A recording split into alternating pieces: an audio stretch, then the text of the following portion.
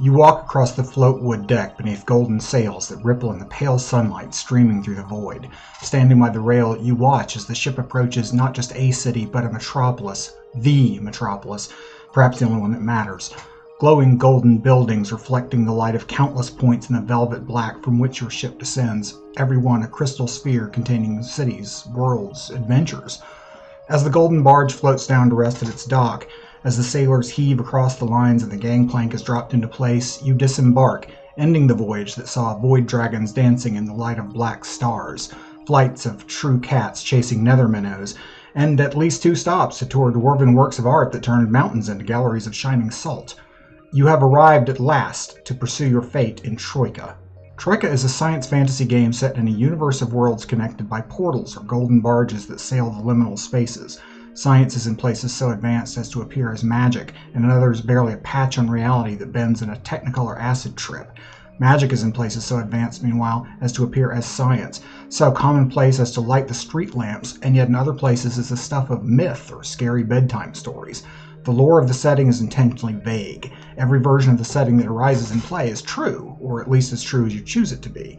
You'll find lore references that in themselves are seemingly complete, as though they are snippets of a much thicker legendarium, but you won't find a cohesive narrative written for you. That storytelling is the duty and privilege of your table. In our world, Troika is the creation of Daniel Sell of the Melsonian Arts Council. The game mechanics are reminiscent of the choose-your-own-adventure style fighting fantasy books from the UK back in the 90s and 80s. The style is intended to feel like an evolution of the British role-playing game traditions that fell off the radar in the 90s. And indeed, there's a robust segment of retro clone and retro school RPG development that branches out from those British roots. These games were and often are grim views of civilization, with ancient empires laboring under a weighty bureaucracy, invasions from barbarians without, and corruption and decadence rotting away within. Magic is usually a tempting path to power that inevitably destroys all but the most clever. Game mechanics are frequently crunchy and intensive simulations. Troika is not like any of that. As a reimagined branch of British-style role-playing, Troika is thick with flavor and minimal with the crunch. The basic rules of play from the core book cover an entire 16 pages, plus a mere 5 necessary tables. The remaining 94 or so pages provide backgrounds, spell descriptions, a small list of enemies to get you started, and a sample adventure that provides a feel for the tones of play you might expect. The book spends 1 page on what many books take 10 to cover. What is role-playing in general? What is Troika specifically, and what do you need to play? You'll want some paper, a pencil, a wild imagination, and some 6-sided dice. Maybe 5 or 6 at most, and the whole table could get by sharing that many. From there, the book jumps straight into character creation, all of which can be randomized or, if you prefer, completed with maybe 4 or 5 choices start to finish. There are 3 statistics common to all players: skill, stamina, and luck. Skill is your overall level of competency at doing anything, rated at the start of play by 1d3 plus 3. It's modified in skill tests by relevant advanced skills, which are an umbrella term for trained specializations, innate talents, magic spells, and so on. Stamina is your life force starting at 2d6 plus 12 and is used both as hit points and to fuel your magic. If you're hit with an attack, you lose stamina. If you cast a spell, you'll spend some stamina to power it, barring a couple of ways to fuel your magic externally. If you run out of stamina, you're dying, and those around you have a very limited window to restore some stamina to you before you die. If you go into negatives, roll up a new character while your party picks through your belongings during the eulogy. Luck is just that, a measure of how much you can get away with tempting fate before fate catches up to you. Luck swings the most of the 3, starting out at 1d6 plus 6. You lose a point every time you test your luck and regain it through rest. Mechanically, that's all that defines your character. What possessions you start out with, what advanced skills you begin play knowing, and generally what kind of creature you are is defined by your background. Backgrounds are the basic answer to the question, I am a blank. I am a dwarf. I am a thinking engine. I am a template knight. I am a giant of Ardra. I am 3 kobolds in a trench coat. These would all be backgrounds, and they each provide you with a framework on which you hang the particular person you choose to play. Your species is assumed to be human unless specified otherwise by the background itself, but when the species isn't specified, it also isn't relevant, so you could choose to describe yourself as anything that fits. You are not at all limited to the backgrounds listed in the core book. There are dozens of supplements available already that are lists of additional backgrounds, and most published adventure books for Troika will include a background or two that just fit what's described in play, or that the author just thought were fun at the time.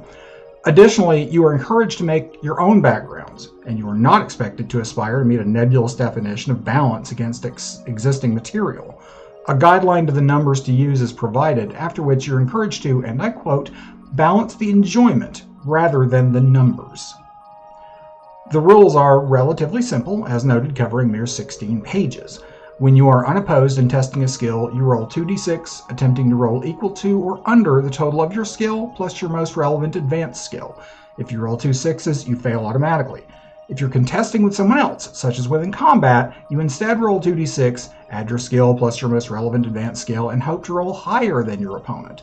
This, for instance, describes a combat test, wherein you attack or are attacked. The winner of a melee combat roll-off, no matter who made the attack, deals damage to the loser, while a tie results in no damage to either. A ranged attack is simply a hit or a miss with no automatic retaliation. A roll of double sixes incurs a mighty blow, dealing double damage. Weapon damage is determined by rolling a d6 and consulting a weapon table. A roll of double ones is an automatic loss, and the winner deals an extra point of damage in the process. Armor reduces damage, from 1 less for light armor up to 3 less for the heaviest.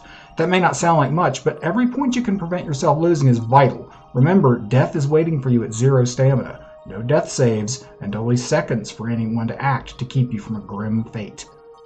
Who goes first in a fight? Who goes next? When does the round end? Welcome to what is perhaps the most unique mechanic of Troika to all RPGs, the initiative stack. At the start of a fight, 2 tokens are placed in a bag or box for each player, uniquely identifying them. Then tokens are added for the opponents and any allies you might have, such as hired henchmen, and then a single unique token that represents the end of the round. This is the initiative stack. Draw a token. If it's a player's token, it's their turn. If it's an enemy's token, one of the enemy gets to go, and so on. An action is performed by the chosen character, that token is set aside, and another token is drawn to determine who goes next. At any time, the end of round token can be drawn. When it is, the round is over. All tokens go back into the stack, and the next round begins. Yes, this means you might go twice in a round, or not at all. Combat is tense, happening quickly, and is often a confusing, chaotic mess.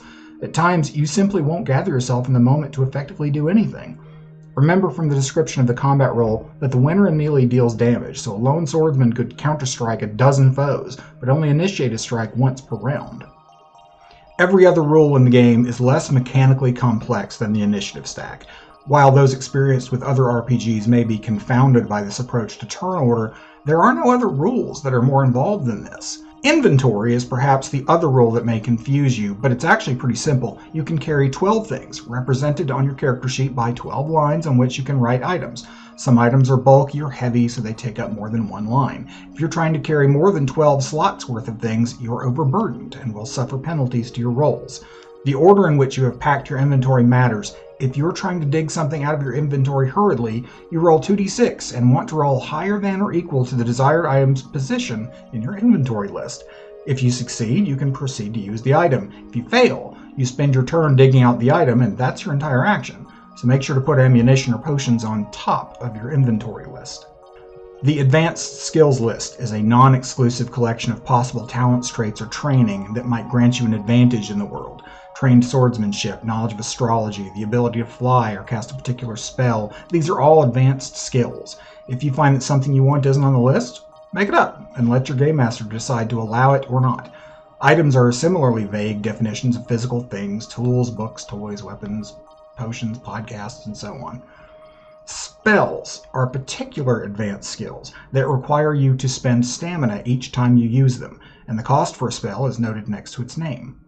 Change your shape, cast a bolt of lightning, befuddle the mind, shake the earth, banish a spirit, etc. The flavor of a spell can be changed to suit your background, or if a particular effect cannot be otherwise found, say it with me, make it up, and clear it with your game master. Enemies in Troika are, if anything, even more abstracted than the player characters. Basically a description, the basic stats, and a short table representing their possible mean or intent when met. Are they hungry, confused, angry, patient? The GM might roll a d6 to find out when needed. So, who is Troika for? Why would you want to play it? Troika is an ideal game for those looking for a light set of rules that thematically supports truly bizarre, gonzo, weird science fantasy. As an example, here are 2 supplemental material titles for Troika. Just the first 2 that spring to mind for me: Acid Death Fantasy and High Fructose Hyperspace. If you want to have an anthropomorphic plant who specializes in the magical properties of keys, haggling over an antique set of artistically imagined lockpicks, with a sentient grandfather clock and a caravanserai on a purple moon overlooking a lemon-lime waterfall, few games are more thematically suited than Troika. You can pick up a digital copy of Troika at itch.io or DriveThruRPG, or physical copies in the UK from Melsonia.com and in the US at Spearwitch.com. That said, if you're one of the 810,000 people who bought the itch.io bundle for racial justice, good news. You already own a copy, along with several supplements. If you've enjoyed this video, clicking the like button would be very helpful to me. If you've got a particular game you'd like me to highlight, leave a comment or let me know on Twitter at TWFarland. Thanks for watching.